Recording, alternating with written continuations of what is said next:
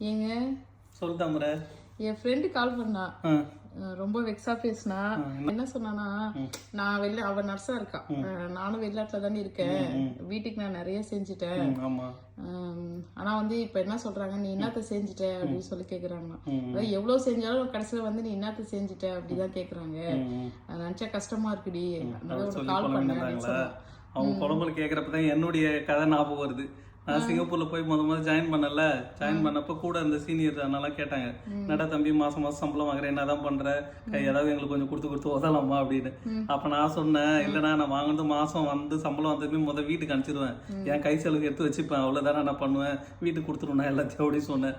அப்ப அவர் சொன்னாரு, டே இது மாதிரி வெள்ளந்தே இருக்காதரா, நீ எவ்வளவு கொடுத்தாலும் ஒரு காலத்துல அப்புறம் சொல்லுவாங்க, என்ன நீ கொடுத்துட்டேன்னு கேட்பாங்க, நீ என்ன செஞ்சிட்ட அப்படின்னு கேட்பாங்க. இதை வந்து நான் இன்னைக்கு சொல்றேன், என்ன 5 வருஷம் இல்ல 20 வருஷம் கழிச்சாலும் உனக்கு அது 40க்கு வரும்னாரு சொன்னார் அவரு. இப்ப எனக்கு 5 வருஷம் எக்ஸ்பீரியன்ஸ் ஆக போகுது. இப்பயுமே அவர் சொன்ன வார்த்தை வந்து அந்த என்ன சொல்றது, திருவள்ளுவர் சொன்ன மாதிரியே இருக்குது. என்ன செஞ்சுட்டு தான் சொல்றாங்க, நம்ம எவ்வளவு கொடுத்தாலும் சொந்தக்காரங்களாகட்டும் வீட்டுல இருக்கிறவங்கட்டும் எல்லாருமே சரி, நம்ம எவ்வளவு செஞ்சதுக்கு அப்புறமா என்ன செஞ்சுட்ட நீ அப்படி, என்ன நீ ஊர்ல எல்லாத்தையும் என்ன செஞ்சுட்டேன்னுவாங்க.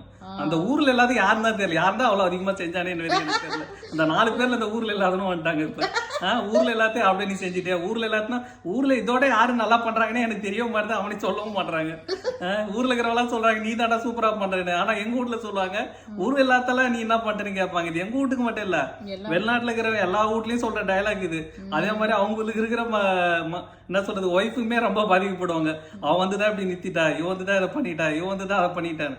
அவங்கவுங்களும் வந்து கஷ்டப்படுறாங்க. அவங்கவுங்க காலைல இப்ப நான் கண்ணெல்லாம் பாருங்க, தூங்குறோம் தூங்கல, காலையில இருந்து வேலைக்கு போனாதான் காசு வெளிநாட்டுல இருந்தாலும். அதனால மரத்திலேயே காய்க்குது பறிச்சு எடுத்து போறதுக்கு. ஊர்ல எப்படி நம்ம கஷ்டப்பட்டு காசு சம்பாதிக்குமோ அதே மாதிரிதான் வெளிநாட்டுலயும். ஓகேங்களா, அங்க 5 ரூபா கொடுக்குறாங்க 10 ரூபா கொடுக்குறாங்க, அதுக்குதான் எல்லாரும் ஓடியாரோம். இல்லைன்னா ஊர்லயே இருக்க போறாங்க எல்லாரும். இதை நான் எதுக்கு சொல்றேன்னா, எவ்வளவு கொடுத்தாலும் பத்தலன்னு சொல்றேன்னு சொல்லியிருந்தா இருப்பாங்க. நம்மளால முடிஞ்சது என்ன கொடுக்குமோ அதை கொடுத்துட்டு, நம்மளால 4 பேருக்கு என்ன ஹெல்ப் பண்ண முடியுமோ அதை ஹெல்ப் பண்ணிட்டு நம்ம போயிட்டே இருக்கணும்.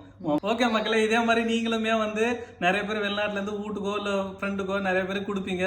கொடுத்ததுக்கு அப்புறம் வந்து பார்த்தோன்னா அதை வந்து அவங்க என்ன நீ எனக்கு செஞ்சுட்டேன்னு கேட்பாங்க. ஒரே வாரத்துல முடிச்சிருவாங்க, ஓன்னு போயிடுவாங்க அவங்க. நாம ஆடு போறதா அப்புறம் அப்படி சங்கு ஊத்திடுவாங்க நம்மளுக்கு. அவ்வளவுதான் கொடுத்தது போடியா கொடுத்தது அவ்வளவுதான் மறந்துட்டோம், அடுத்த ஆள் இப்ப அடுத்துன்னு போயிடுவாங்க.